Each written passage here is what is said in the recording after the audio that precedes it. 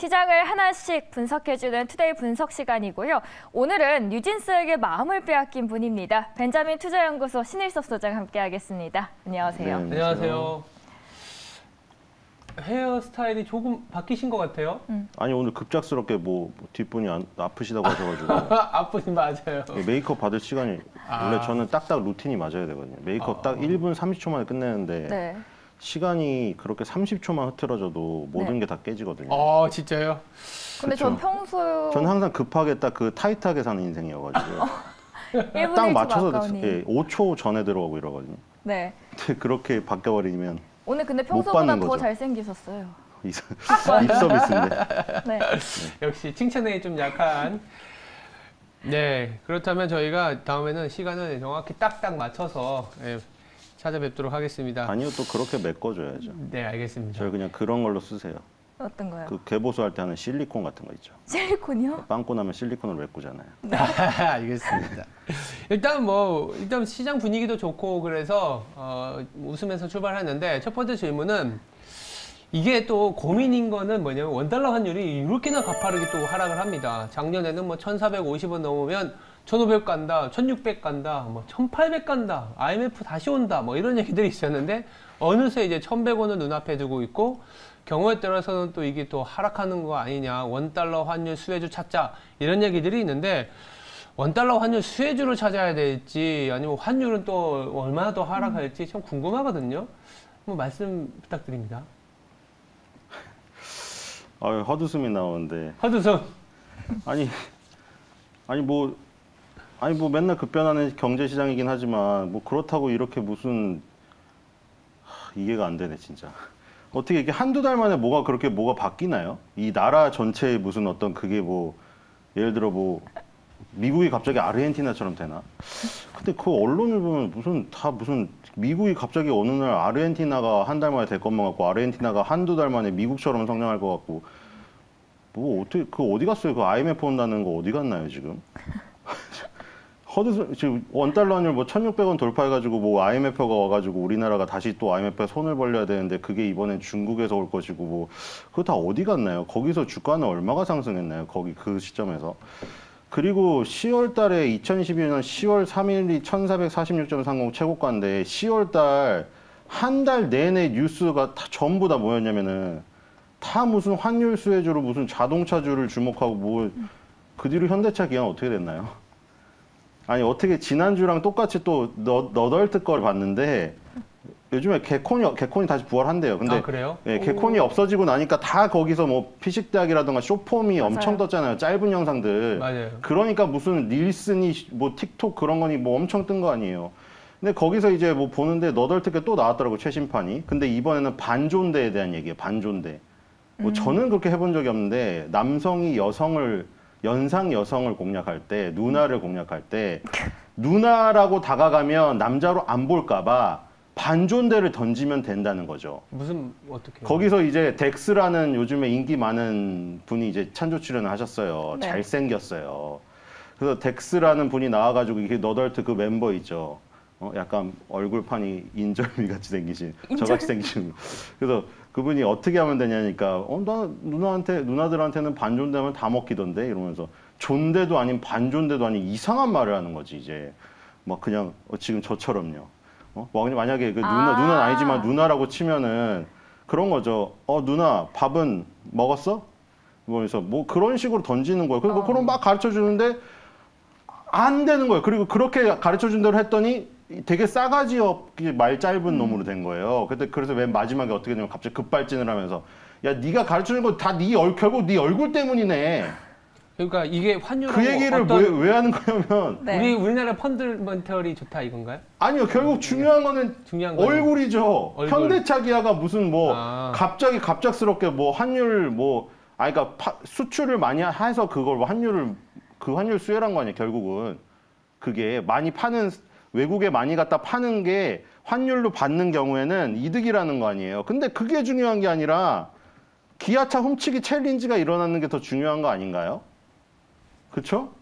지금 우리 어렸을 때 소나타 서울대 간다고 내가 그래서 서울대 가는 한 명도 못 봤는데 S자 다 뽑아가지고 동네에 전부 오나타 만들어 놓는 그 초등학교 저학년 때부터 그런 짓을 하는 애들 지금 뭐 하고 있는지 몰라.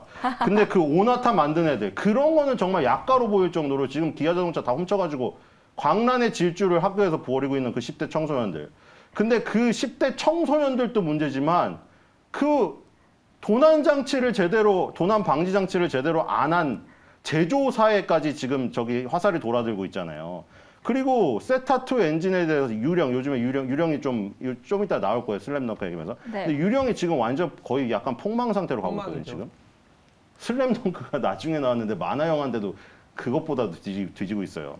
근데 어쨌든 유령처럼 따라붙고 있어요. 세타2 엔진이 뭐만 하려고 하면은 세타2 엔진에 대해서 뭐 충당금 쌓아야 된다고 충당금 갑자기 쌓아가지고 완전 실적 깎아먹고 그런 것들이 더 중요하지. 그리고 지금 예를 들어 우리나라는 지금 글로벌로 진출을 많이 했는데 2차 전지도 보고 자동차도 보세요. 해외 공장이 얼마나 많아요. 그럼 그걸 어떻게 다 따질 거예요, 그거를? 그 환율 수혜주라는 거는 그거잖아요. 옛날에 이제 우리나라가 공장이 우리나라 안에만 있을 때 우리나라에서 제조를 해가지고 이제 밖으로 빼내서 그때는 우리나라가 인건비가 쌌으니까 우리나라 사람들이 우리나라 공장에서 해서 해외 수출할 때 달러로 받으니까 환율 수혜주라는 거 아니에요. 그래서 이제 2022년 10월 달에 1,600원 막 얘기 나오면서 뭐 IMF 얘기 나올 때는 환율 수혜주 해가지고 무슨 자동차가 뭐 수혜주다 이래놓고 지금 와가지고 이제 1,200원 가니까 여기서 또 무슨 1,200원을 깨고 어디까지 가냐 하면서 또 이제 환율 하락 수혜주 하면서 거기서 또 자동차가 빠져 있어요. 근데 자동차는 지금 오르거든요. 지금 GM, 포드, 그리고 스텔란티스, 뭐 페라리 같은 명차, 전기차 같은 테슬라까지 전부 다 급등을 하고 있는데요. 그 현대차 기아가 거기에 발맞춰서 지금 오르고 있잖아요. 네. 그러면은 환율 그때는 1,600원 갔다고 했어요. 10월 달 때는 환율 수혜주로가 했던 현대차 기아가 고점을 찍고 거기서 20% 하락을 했어요. 그럼 그거 환율 수혜주 분류된 거 그거 믿고 현대차 기아 산 사람. 그러면 지금 와가지고 또 그러면 지금 환율 하락에 피해 주네요. 현대차 기아는 반대로 1,400원대 환율 상승 수혜주였으니까. 그러면 지금 또 그럼 현대차 기아를 안 사고 다른 저기서 환율 하락 수혜주로가 일컬어진 걸 샀는데 현대차 기아가 밑바닥에서 20% 올라봐요. 그러면은 무슨 생각이 들까요? 야, 네가 가르쳐줄 전략 다 필요 없네. 결국 내가 얼굴이 못생긴 거였네. 이런 급발진하면서 열받아서 주식시장 떠나겠죠? 그러면 이렇게 환율로만 놓고 볼 게 아니라 이제 기업의 어떤 경쟁력, 지금 타이밍은 잘 잡을 수 없으니 오히려 전반적으로 지금 잘 할 수 있는 기업으로 집중하자 이런 얘기를 하고 싶었던 거잖아요. 얼굴을 따지는 일단 거는. 얼굴이 잘센 거야. 뭘 네. 반주는 그러면 되든 아니면 따라다니면서 선물 공세를 하든 그게 먹히지. 예, 지금 잘생긴 얼굴을 아니, 갖고 잘생겼다는 게 있는 여러 가지 얘기하는 거 매력. 그 기업들은 뭐가 있을까요? 네. 그러면? 궁금합니다. 기업 환율에 뭐가 상관없이 지금 해야 되는 것들이 많겠죠. 그러면 아니면 저는 그렇게 생각해요. 뭐냐면 이 BIS의 신현성 국장이라는 분이 있는데 이런 얘기했어요. 그러니까 일각에서 얘기하는 것처럼 원달러 환율이 높을 때 우리나라 수출이 잘 되는 걸로 생각하지만 그게 아니라 오히려 달러 약세, 원화가 강세가 돼야 수출이 좋아진다는 얘기들도 나오긴 하거든요. 그에 발맞춰서 왜냐하면 현대차와 기아차 같은 경우에는 이 이머징에 많이 팔기 때문에 이머징 통화가 강세를 가져야 매출액이 더 늘어나는 그런 경향도 있습니다만 어쨌든 얘기하는 것처럼 단순히 그냥 도식처럼 원달러 환율이 높으면 수출주 이런 건 좀 아니었던 것 같긴 해요. 근데 이제 만약 이제 흐름을 따지고 보면 원화가 좀 강세를 가지고 이머징 통화가 강세를 가질 때 우리나라 수출주들이 좋은 타이밍이 아니겠느냐 저는 이런 얘기는 좀 들어보고는 싶긴 하거든요. 네, 저는 환율에 대한 이해가 깊지 않아서 모르겠는데 그런 거를 개인 투자자가 일일이 다 따져가지고 그쵸, 투자를 어렵죠. 할 수가 없어요. 맞아요. 그리고 그렇죠. 그렇게 뭐 기사에서 나온 대로 만약 공식대로 엄청나게 많잖아요. 환율 수혜주 해가지고 한 바가지 있어요. 여기 환율 하락 피해주라고 한 바가지 있어요. 그럼 만약 공식대로 된다면 그러면은 주식도 무조건 성공해야 되고 사람도 무조건 성공해야죠. 사람도 공식이 있는데요. 픽업 아티스트가 가르쳐주는 대로 하면 되잖아요. 그냥 안 되잖아요. 안 되죠. 공식대로 되지가 않아요. 그리고 그 공식이 맞지도 않고요. 그렇기 때문에 그 환율과 주가의 모든 관계를 파악해서 내가 미스터 마켓보다 더 위에 있는 알고리즘을 모두 파악하고 있거나 알고리즘의 설계자다. 영화 큐브에서 나온 사람은 큐브의 설계자도 거기서 빠져나오지 못하고 죽어요. 그 얘기를, 그러니까 뭐 환율이 이슈가 되면 이제 환율 이제 그 전문가분들이 나와서 환율에 대해서 되게 설명을 해줘요. 근데 그게 공부에는 도움이 되는데 그거를 가지고 내가 투자하는 주식에서 수익을 얻는 거는 그거를 일치시키기가 어려워요. 네. 저도 말이 공감되는 게 작년에 올해 주식 뭐 상저하고일 것이다라고 했는데 지금 시장 상황이 달라지니까 그런 말들이 쏙 사라졌거든요. 자, 그렇다면 이런 환율 상황 말고 이슈를 통해서 그런 분석을 그럴까요? 해볼까 합니다. 네.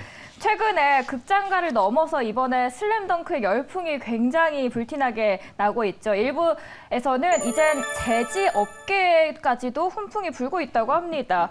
그렇다면 저희가 슬램덩크의 이런 열풍 속에서 볼 수 있는 탑픽주 뭐가 될까요? 좀 글쎄요, 딱히 없긴 하는데 오. 그리고 뭐 사실 뭐 이거 공격당하는 것도 사실 많거든요. 네. 뭐 일본 거를 안 쓴다면서 뭔 선택적 뭐 그거냐 그러는데 일단은 지금 3, 40대가 지금 그거잖아요. 그러니까 뭐 공격도 많이 당해요. 맨날 지금 요즘에 보면은 무슨 뭐 한쪽으로는 뭐 저기 반이라면서 한쪽으로는 또 뭐 친일을 하고 있느니. 근데 어쨌든 3, 40대가 왜 그렇게 됐냐면 지금 3, 40대가 일단 적이잖아요. 가장 어떻게 보면은 경제 활동을 가장 적극적으로 하는 그 세대이기 때문에 거기서 이제 문화의 소비가 가장 많이 일어나니까 거기가 스포트라이트가 되는 거죠. 왜 신원호 PD나 나영석 PD가 거기 TVN 가서 그런 예능 제작했을 때 자기네들이 10대, 20대 때 보고 자랐던 그 추억을 이제 자기가 만들 수 있는 또 어떤 사회적인 위치와 자본을 갖고 됐을 때 내놓으니까 그런 것들이 반향을 불러일으키는 거죠. 뭐 지금 10대, 20대 때 아무리 뭐 지금 과거에 나영석, 신원호 씨가 거기서 어린 시절에 그걸 떠들어봤자 애들하고 떠드는 것밖에 안 됐겠죠. 그러니까 지금 그 당시에 소년 챔프에서 슬램덩크를 보거나 아이큐 점프에서 드래곤볼을 보거나 저는 드래곤볼 파였는데 사실은 그 두 개를 지금 애들이 굉장히 많이 봤잖아요. 네. 그리고 뭐 한쪽은 또 되게 저기 보는 애도 있었어요. 이상한 거 갖고 와가지고 학교에서 이만큼 쌓여 있었어요.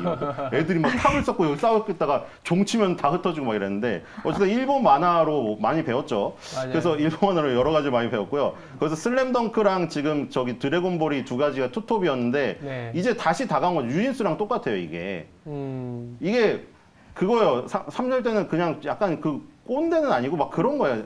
우리 때는 되게 뭐 그렇게 생각하는 거 다 그렇겠죠. 자기 세대가 그렇다고 생각해요.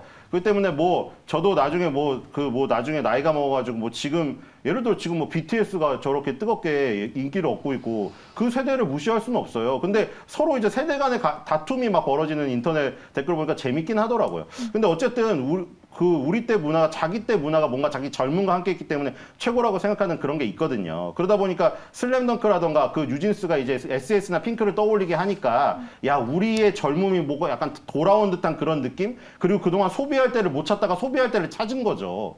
소비할 때를 못 찾고 있었는데 슬램덩크 지금 팝업 스토어 생겼다고 지금 새벽부터 줄 서야 된대요. 그리고 그 본인이 쓰지도 않고 있어요. 요즘에 그런 대행 사이트 있죠. 대행 사이트에서 17만 원 준대요. 그 사람한테. 줄 서주면 17만 원을 주고 있대요. 추우니까. 그러면서 거기 가가지고 그거 거기 저지나 그 농구공 살려고 슬램덩크 인쇄된 거. 네. 그래서 지금 난리가 났는데 그러니까 유진스랑 그 농구공에 소비하면서 딱 편의점 가서 이제 먹으려고 했더니 편의점 도시락이 8,000원에서 안 먹는 거죠. 그렇죠. 굶고라도 슬램덩크 줄 서는 대행비랑 거기 뉴진스 앨범 사는데 돈 쓰는 거죠. 그러니까 소비의 가치의 지향점이 달라진 것 같아요. 저 같은 경우에는 아무리 맛집이라도 시간이 조금 많이 걸리면 안 가거든요. 근데 이제는 시간이라는 가치보다 그걸 하나의 얻었다라는 거에 대한 가치의 지향점을 가는 거고, 저는 이제 그래서 그 덕후의 소비는 불황이 없다, 막 이런 얘기를 저는 하는데, 덕후의 소비 이런 쪽으로 연결이 되는 건가요? 뭐 아니면 전체적인 뭐 엔터라든지 뭐 지금 이제 컨텐츠. 점점 어려워져요. 어렵다고요? 왜요? 저기 천국하고 무슨 있잖아요. 저기 김밥 하는데 네. 김밥이 한 줄에 5,500원이던데요. 맞아요. 한 줄에요? 맞아요. 기본 김밥이 이제 못 먹어요. 김밥을 말아서 먹읍시다. 아니 이제 라면밖에 못 먹는다 진짜로. 라면이랑 햄버거가 진짜 가치가 높아질 거예요. 라면 햄버거 아니면 안 돼요. 라면 햄버거 가격이 그렇게 그만큼 올랐더라도 그러면 식자재 가격이 오르고 그걸로 인해서 그러면 오히려 음식료주는 괜찮은 건가요? 그래도 저기를 걱정한다 이거죠. 나보다 엔터테이너들을 걱정해주고 있다 이거죠. 그러니까 엔터테인먼트가 짱이다. 쟤네 저기 이제 코로나 풀려가지고 해외 촬영하는데 어떻게 해외 촬영할 때 손시렵지 않을까 하면서 거기다가 벙어리 장갑을 보내줘. 네. 자기는 저기 지금 김밥 한 줄을 못 사고 있는데. 네. 그래서 지금 뭐 슬램덩크 수준이라고 하면 일단은 뉴 같은 슬램덩크의 배급사죠. 지금 뉴? 더 퍼스트 슬램덩크. 지금 더 퍼스트 슬램덩크가 200만이 돌파가 됐거든요. 근데 유령이 그 전에 개봉했어요. 일주일 전에. 네. 근데 지금 50만 명이에요. 그리고 네이버 평점이 슬램덩크가 9.25인데 유령이 6점대거든요. 네. 지금 설경구 씨, 이한희 씨에다가 지금 박혜수 씨, 지금 월드스타 다 내놨는데 지금 그 정도인데 더 퍼스트 슬램덩크는 지금 이렇게 나가고 있단 말이에요. 그러니까 지금 너의 이름이라던가 하울의 움직이는 성 그거를 이길 수는 없을 것 같아요. 걔네는 지금 넘사벽이거든요. 근데 거기까지 못 갈 것 같은데 뭐 갈 수도 있겠죠. 근데 어쨌든 뉴가 배급사기 때문에 부각이 될 수가 있고 그 다음에 대원 미디어죠. 대원 미디어가 대원 미디어. 이런 걸 잘 뽑아내요. 뭐 일본 논란은 뒤로 할게요. 닌텐도도 수입해서 팔고 이게 이 예전에 회장님이 자기 아버지가 그러니까 하여튼 주변에 이런 발 빠른 사람들이 있어요. 아버지가 일본을 왔다 갔다 하다 보니까 닌텐도를 알고 계셨던 거예요. 그래서 이 회장님이 이거 우리나라에 없는 데고 닌텐도를 얼른 수입해서 팔았죠. 그래서 지금 닌텐도 잘 되잖아요. 그리고 네. 대원 미디어가 원래 처음에 그 아까 전에 소년 챔프에 지금 저걸 연재했잖아요. 슬램덩크를. 그 맞아요. 종이책부터 시작된 것이고 그 전엔 영구와 땡칠이에요. 저도 봤지만 그 당시에는 기록이 제대로 집계가 안 됐는데 비공식으로 500만이라고 지금. 영구와 땡칠이가 그 당시로 500만. 지금 500만 쉽지 않거든요.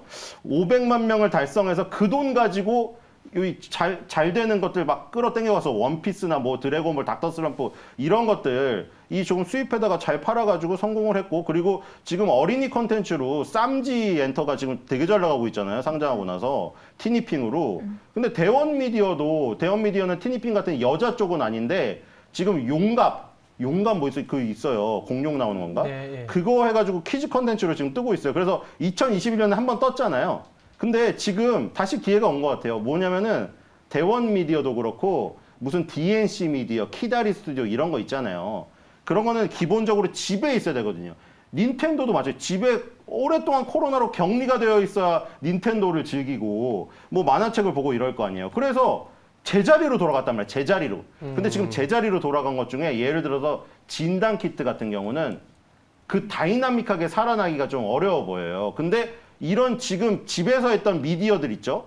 이런 것들은 바닥에서 꽤 살아날 가능성이 있어요. 왜냐면 지금 코로나 팬데믹으로 이득 봤다가 엔데믹이 되니까 세상으로 나간다고 해서 주저앉았잖아요. 그럼 이제 원점에서는 무슨 속도로 가냐면 원래 그 키즈 컨텐츠의 성장, 원래 웹툰의 성장의 속도가 있을 거 아니에요. 그래서 지금 강아지 예를 많이 들었는데 원래 내 강아지가 시속 한 20km로 달리는 애인데 저기 누가 핫도그를 떨어뜨린 거예요. 케찹이랑 머스터드 범벅대. 그래서 갑자기 뛰쳐나갔어요. 근데 그게 보니까 걔가 본 신기루였던 거예요. 그래서 돌아왔는데 돌아왔다고 해서 걔가 원래 가는 속도를 늦추지도 않고 꾸준히 나를 따라오거든요. 그러니까 지금 약간 그런 거예요. 핫도그 같은 걸 봤던 거죠. 그래서 지금 갔는데 신기루였던 거예요. 그래서 지금 이런 그 키즈 컨텐츠라던가 뭐 지금 집에서 하는 것들이 원점으로 되돌아갔어요. 하지만 그 강아지가 죽은 강아지가 아니라면 원래 성장 속도대로는 이제 간다. 그러니까 대원 미디어든 키다리 스튜디오든 미스터 블루든 DNC 미디어든 이런 것들이 있잖아요. 네. 이런 것들은 이제 원점에서 다시 출발하고 있는 이런 상황. 이제야 시작이다. 그래서 한번 해볼 만하다. 물론 여기 고점을 가기 시작하면 주의를 해야겠죠. 왜냐면 네네네. 고점에 굉장히 매물대가 많기 때문에 이분들은 근처에만 오면은 팔고 싶어가지고 그렇겠죠. 정말 저기 할 거 아닙니까? 생각을 딱 그분들에게 빙의해서 생각을 해보셔야 돼요. 아 너무 지겨울 거 아니에요 여기. 지금 다른 걸로 수익 나고 있는데 나 지금 여기서 빼지도 못하고 미칠 거 아니에요? 그러니까 여기 근처에만 가면은 매물이 있을 거란 말이에요. 근데 거기 매물까지는 한참 남았거든요. 거기가 5만 원이에요. 지금 주가가 17,790원이거든요. 그러니까 한 중반 정도까지는 그쵸? 중반 정도까지는 왜냐면 이게 5만 원대에서 사신 분들은 아 그래도 이거 너무 여기서 손절하기는 이미 늦었다고 생각이 되기 때문에 최소한 그래도 3만 원 이상은 와야 내가 그걸 감안하고 좀 잘라내고 내가 이동을 하던가 하겠지 이런 마음이 상식적으로 들잖아요. 그냥 보통 사람 입장에서.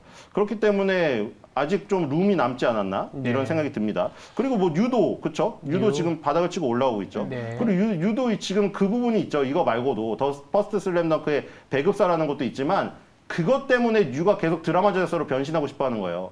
영화가 아까 말한 대로 지금 제일 잘 나가는 박혜수 씨를 저기 주연으로 내세워도 유령이 그렇게 50만을 기록하고 평점을 6점을 받는 이런데 장담을 못하는 거죠. 영화 한 편에 완전 좌지우지가 돼버리고 요즘엔 제작비가 비싸면 5, 600억씩 들어버린단 말이에요. 근데 OTT로 갔더니 디즈니 플러스랑 넷플릭스가 5, 600억을 꽂아주면서 너네 마음대로 해. 뭐 저기도 필요 없어. PPL도 필요 없어. 그러니까 극중의 흐름에 방해 안 되게 그냥 제작을 편하게 할 수 있는 거 아니에요. 그렇죠. 오징어 게임 황동혁 감독도 그 얘기한 거 아니에요. 내가 10년 전에 시나리오 들고 있었는데 아무도 안 받아주더라 이거 아닙니까. 근데 이제 왔더니 넷플릭스에서 받아줘서 편하게 만들었다. 제작비 상관 안 하고 열심히 다 꾸미고 그러니까 잘 된 거예요. 그래서 뉴가 하도 영화에 시달리다 보니까 이제 디즈니 플러스로 갔잖아요. 곧 무빙이 지금 나오잖아요. 그러니까 그런 것들이 막 흥행하기 시작하면 이제 뉴가 그 영화 배급사로서 이렇게 다이나믹하게 너무 흔들림이 심했던 주기가 이제 조금 이제 이 주기표가 심장 박동수가 저처럼 지금 막 엄청나게 뛰는 게 아니라 되게 안정적으로 되겠죠. 그럼 뉴도 이제 주가의 흐름도 굉장히 안정적으로 돼서 아무래도 뉴를 투자하시는 분들이 조금 더 안정적으로 화장실 갈 때 화장실 가시고 아니 급등주는 화장실도 못 가요. 내가 화장실만 가면 급락을 해요. 그래가지고 화장실을 못 가는데 편하게 투자를 할 수가 있게 된다. 뉴는 그런 모멘텀도 있습니다. 드라마 제작사로서 특히 디즈니 플러스의 협력사로서 이제 뭔가 무빙이 성공할지 안 할지는 모르겠으나 일단 카지노가 디즈니 플러스의 어떤 그 부분을 저는 열었다고 지금 생각이 되거든요. 네. 디즈니 플러스가 디즈니 마블 거밖에 볼 게 없어서 이제 아씨 끊을까 이거 9,900원이라 할인도 안 되고 넷플릭스처럼 5,500원짜리 요금제도 없는데 근데 지금 카지노 때문에 보고 있어요. 그래서 무빙이란 게 나오고 커넥트도 있잖아요. 정혜인 씨. 그러니까 이제 디즈니 플러스가 처음에는 컨텐츠가 부족했는데 지금 채워져 나가는 과정 속인 것 같아요. 그래서 뉴도 거기에 하나 잡아 나가고 있기 때문에 지금 기대가 된다. 그래서 뉴가 드라마 제작사로의 변신을 완전 성공적으로 이룬다면 이 밸류에이션 업그레이드를 당연히 시장에서 공감대를 받아서 해줄 것이다. 그리고 그런 어떤 도화선의 역할을 더 퍼스트 슬램덩크, 배급사 요걸로 또 촉매제가 되지 않을까 이런 생각이 듭니다. 그래서 배급사 뉴랑 그리고 대원미디어 원래 원작을 수입해서 팔았던 20년 전에 그 회사 이런 정도가 가장 지금 뭐 수혜주가 아닐까 이런 생각이 듭니다. 알겠습니다. 그렇다면 정리를 해보면 대원미디어와 이 뉴 정도로 그리고 뉴 같은 경우에는 이제 수익의 다변화 안정적인 창출이 될 수 있는 그런 종목으로 기업으로 탈바꿈했다라는 측면에 조금은 주목하시면 될 것 같습니다. 그럼 세 번째 주제로 한번 넘어가 볼까요? 세 번째 주제는 이것도 하나의 어떻게 보면 큰 산업에서의 기회일 수 있는데 유럽연합 EU가 이제 336조에 달하는 그린딜 계획을 공개를 했어요. 그렇다 보면 녹색 성장에 관련된 탑픽. 제가 한 2009년에도 녹색 성장과 관련된 레포트를 쓴 적이 있었는데 약간 기시감인가요? 약간 이게 조금씩은 반복되는 복고 같은 느낌도 들고 어떤 게 있을까요? 뭐 좀 상당히 많은 아이디어들이 나오곤 있는데 어떤 투자 컨셉이 중요할지. 근데 그게 이것도 또 이면을 봐야 되는 게 환경에 물론 좋죠. 타이틀은 환경인데 지금 환경을 내세워서 사실 다른 저기가 아닙니까? 지금 왜 유럽이 저걸 왜 내놓고 있는 거예요, 지금? 지금 중국도 전부 자국 우선주의. 미국도 IRA 결국 다 자국 우선주의. 그렇죠. 그러니까 마크롱이 바이든 만나가지고 이거 너무한 거 아니냐. 우리도 그래도 유럽에서 가장 강국인데 어떻게 우리랑 상의 한마디 없이 이렇게 할 수 있느냐. 뭐 바이든이 그렇다고 마크롱 말을 들을 정도로 미국이 그렇진 않지만 어쨌든 마크롱이 한마디 한 게 그거잖아요. 그 뒤로 그게 나온 거 아닙니까? 유럽도 이제 더 이상 저렇게 미국 너네가 그렇게 나와? 다 미국에서 공장 세워서 거기서 해야지 보조금 주고 미국에서 우호국만 해야지 준다고? 그럼 우리도 그럴래. 왜냐면 그렇게 미국이 저렇게 보조금 주면은 다 유럽에 예를 들어 우리나라 배터리 공장이 유럽의 헝가리나 이런 데 세우려고 하다가 다 미국으로 빼버릴 거 아니에요. 그럼 유럽의 경기가 어려워지죠. 그러니까 지금 유럽도 결국 그럼 우리도 자국 우선주의다. 그래서 우리 저기에서 우리 지역에서 공장을 세우거나 아니면은 우리가 제도를 완전히 철저해가지고 중국산을 완전 퇴출시켜버리겠다 이거죠. 환경오염시키는. 그러니까 다 이게 사실 자국 우선주의의 아주 좋은 ESG 경영이라든가 친환경이라든가 이런 탄소 중립 이런 것들이 딱 내세우기가 좋은 거예요. 그냥 겉으로 예를 들어 우리 쇄국 정책 할 거야. 자국 우선주의 할 거야. 이러면은 이상하잖아요. 누구나 알고 있지만 그래도 앞에 들고 가는 간판은 되게 있어 보여야 되잖아요. 그러니까 전부 다 무슨 탄소 중립이네, 넷제로니, 친환경이니 다 들고 나오지만 결국 거기에는 전부 다 중국, 유럽 대륙, 미국이 전부 각 큰 경제권이 다 서로가 너무 힘드니까 남들을 봐줄 지금 상황이 아니에요, 전부 다. 다 어쨌든 우리 쪽으로 공장 끌어들이려고 하고 우리 이득을 최대로 하려고 하고 우리 메이커에다가 최대 점수를 주려고 하고 그겁니다. 그래서 사실은 그 부분이 있기 때문에 우리나라는 여기서 잘못하면 더 어려워질 수가 있어요. 이게 어디로 선택을 해야 되나? 왜냐하면 우리나라는 다 걸쳐 있거든요. 중국, 유럽, 미국 하나를 포기할 수가 없어요. 아주 3분의 1로 갈라져 있기 때문에 누구 하나를 뿌리치면은 밑보이거나 아니면 큰 걸 잃게 돼요. 그렇기 때문에 상당히 지금 대처를 잘해야 되는데 지금 IRA법도 그렇잖아요. 현대차, 기아차가 발이 동동 구르고 있어가지고 지금 어떻게 할까? 조지아 공장을 빨리 세울까? 그것도 어떻게 될지 모르겠어요. 그래서 1년을 앞당긴다고 했는데 좀 과부하 걸리진 않을까? 어쨌든 그렇게 해서라도 지금 미국의 IRA법의 지지를 못 받으면 중국 전기차라든가 미국 전기차 보조금에 다 밀려버리거든요. 그렇기 때문에 그런 어려움이 있고 그리고 전기차가 친환경이 아니라는 그 얘기도 굉장히 많기 때문에 친환경이 그래서 뭔지를 모르겠어요. 근데 어쨌든 간에 그래서 재활용이나 뭐 이런 쪽이 그래도 부각이 더 되지 않을까. 2차 전지 배터리 재활용이라던가 폐배터리 예, 재사용이라던가 이런 것들이 왜냐면 그 논란에서 벗어나려면 결국 그거 아니에요. 그런 어떤 뭐 콩고 민주공화국도 요즘에 또 나왔더라고요. 우리나라도 힘든데 거긴 더 힘들 거 아니에요. 콩고 민주공화국 그 6살은 좀 몇 살, 10살 이하짜리들인데 거기로 지금 내몰리고 있어요. 코발트 캐려고. 지금 다큐멘터리에서 방영됐거든요. 코발트 광산에 가가지고 거기 또 맨발에다가 걔네들이 막 먹지도 못했는데 그 코발트 꺼내고 있어요. 걔가 환경 오염에 몸에 지금 다 코발트 축적되는데 근데 막 그거를 막 캐고 있는 거예요. 그러니까 그런 거를 개발하려면 이제 엄청난 희생과 인권의 문제도 있는 거죠. 그렇죠. 그러니까 이제 기존에 쓰던 폐 배터리를 사실 전기차에다 쓰던 거를 ESS에서 더 쓸 수 있거든요. 태양광이라든가 풍력 저장 정치로는. 그래서 거기서 이제 뽑아가지고 괜히 콩고 민주공화국 애들 괴롭히지 않고 거기 NCMA나 NCM, 뭐 NCA 우리나라 그 3원계 배터리, 4원계 배터리에서 코발트를 추출해서 재사용하거나 재활용할 수 있잖아요. 만약에 그 기술이 개발된다면 그런 인권 문제도 좀 줄어들고 뭐 중국에서 맨날 그런 거 히토류 개발한다고 광산 파괴한다고 했는데 중국에서 막아버리면 이제 미국이 그러잖아요. 우리나라도 환경 오염 때문에 그렇지 우리도 개발하면 개발할 수 있다. 근데 개발하면 또 그렇게 되는 거죠. 국토가 지금 또 파괴되는 거죠. 미국의 국토가 또 일부가. 그러니까 전체 지구로 봤을 땐 좋지가 않은 거예요. 그럼 정말 우리가 숨을 못 쉬어도 화성으로 이주해야 될 수도 있어요. 그렇기 때문에 그건 너무 멀리 갔긴 했는데 어쨌든 그래서 배터리 재활용이라든가 재사용, 재활용이랑 재사용은 틀리죠 좀. 재활용이든 어떤 재사용 업체들이 좀 더 부각이 될 수 있지 않을까. 그리고 배터리 회사라든가 자동차 회사는 대응을 정말 잘해야지만 이 상황 속에서 살아날 수가 있다.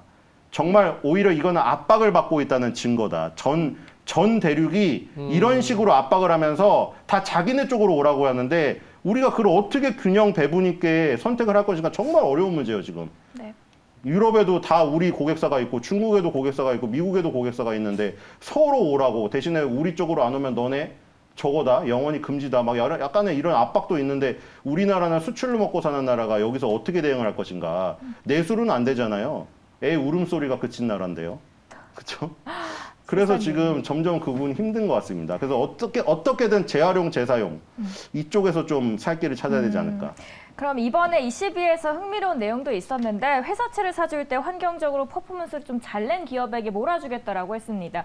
소장님께서는 폐배터리 쪽을 네. 말씀을 해주셨고 앵커님께서는 다른 분야를 혹시 생각하고 계신 게 있을까요? 뭐 직관적으로는 신재생도 가능한 한 컨셉이긴 한데 신재생 같은 경우에는 또 한바탕 좀 테마가 좀 있었던 거고 저는 이제 비슷한 개념인데 리사이클적인 개념에서 이 폐금속을 재활용하는 뭐 고려아연이라든지 포스코홀딩스라든지 LS 같은 종목들 소재의 기업들이 조금 투자 아이디어가 되지 않을까? 왜냐하면 스크랩 시장이라는 게 있거든요. 그래서 이 금속을 이제 어떻게 보면 그 전체적인 친환경으로 넘어가는 과정에서 공급이 계속 타이트해지고 아까 말씀해 주신 것처럼 자국 이기주의가 많이 이제 그 부각되고 있기 때문에 친환경, 인권까지 그러면 있는 금속 갖고 다시 재활용하는 그 시장, 그 지금 시장이라고 하는데 그런 부분들도 좀 눈여겨봐야 되지 않겠나. 그러면 앵커님께서는 폐금속 쪽을 봐라. 그렇죠. 그리고 소장님께서는 폐배터리 말씀을 해주셨습니다. 근데 뭐 세비캠이나 성일하이텍 같은 그런 종목들이죠. 구체적인 종목까지 짚어주셨네요. 그리고 이후 이야기가 나와서 한 가지 네. 더 여쭤보고 싶은 게 유럽연합 지도부가 오늘 또 우크라이나 대통령을 만나기 위해서 키이우를 찾을 예정이라고 합니다. 그래서 이 재건 관련주들이 움직이지 않을까라는 이야기도 스물스물 나오고 있는데 소장님 어떻게 보실까요?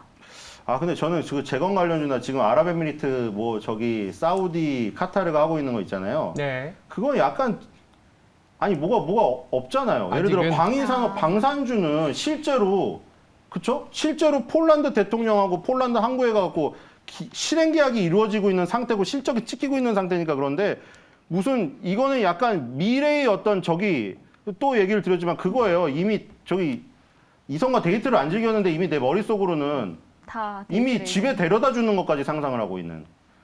이게 그리고 블러핑이 굉장히 많을 수가 있어요. 조심하셔야 돼요. 왜냐면 중동이 지금 돈이 오일머니가 괜찮거든요. 그러다 보니까 카타르, 사우디, 아랍에미리트가 하는 거 보세요. 지금 뭘 하겠다는 거예요, 결국. 카타르가 월드컵을 왜 열었겠어요. 더 이상 중동에서 우리가 뭐 내놓으라고 배떼지 부르게 이건 싫다. 나 우리도 세계 중심으로 가고 싶다 해서 하는 거 아니에요. 그 전에 이제 두바이, 아랍에미리트 두바이가 이제 중심이었고 그러다 보니까 카타르가 월드컵을 열니까 두바이가 우린데? 1등은 우린데? 야 그럼 우리는 더 많이 발표해. 경이 들어간 저기를 발표하고 사우디는 또 뭐 하고 있습니까? 2030년에 월드컵 유치하겠다. 그리고 빈살만이 저기 네옴시티 프로젝트 하고. 근데 이게 약간 여기서 우리나라가 얼마나 정말 먹을 수 있을지를 잘 생각해 봐야 돼요. 또 마지막에 우리 일본을 지금 제쳤다고 좋아할 게 아닌 게 마지막에 또 중국이 와서. 중국이 지금 제일 추진하고 있는 게 뭐죠? 1대1로. 1대1로? 1대1로가 그거잖아요. 옛날에 우리 과거에 어렸을 때 막 탈무드 책에 나오잖아요. 실크로드. 비단길로 갔던 그거를 자기네가 지금 1대1로 전 세계를 철도를 깔아서 먹겠다는 거 아닙니까? 그럼 중동도 놓칠 수가 없죠. 네옴시티 우리나라 MOU 맺었다고 방심하면 안 돼요. 중국이 와가지고 우리 반값에 해주겠다. 아무리 빈살만이 돈이 많더라도 장사칩니다. 반을 해주겠다는데. 그렇게 해서 뺏어가면은 이건 지금 만약에 기대감으로 그렇게 부풀려서 올려놨다고 쳐봐요, 주가를. 그러면 바로 그냥 신기루처럼 사라져버리는. 그래, 그런 거를 조심해야 돼. 중국이 그런 게 좀 한두 개가 아니에요. 태양광부터 시작해서. 지금 그런 걸 조심해야 돼. 저가로 들어가지고 뺏어가는 거를. 그래서 방산 쪽은 실적이 찍히고 있어서 좀 안심이 되지만 네. 지금 재건이라던가 그런 중동 쪽 이런 이슈 같은 경우에는 굉장히 블러핑이 많이 낄 수가 있으니 네. 언론에서 보도가 되는 막 그 숫자에 너무 현혹되지 말아야 되는 게 아닌가 그런 생각이 듭니다. 네. 오늘 이슈에 너무 재건 쪽은 투자 유의하시는 게 좋을 것 같고 폐배터리 그리고 폐금속 쪽도 참고하시면 좋을 것 같습니다. 오늘 소장님께서 댓글에서 배고프시겠다 너무 열변을 잘 토해주셔서 배고픈데 김밥이 5,500원이니까. 그래서 5,500원짜리 오늘 김밥 드실 천국이 충분한 아닌 것 자격 같아요. 있으실 것 천국이 같은데요. 해분이 없어졌어요. 해분. 가서 천국 한번 느끼시길 바라겠습니다. 자, 지금까지 벤자민 투자연구소 신일섭 소장 함께했습니다. 오늘 말씀 감사합니다. 감사합니다.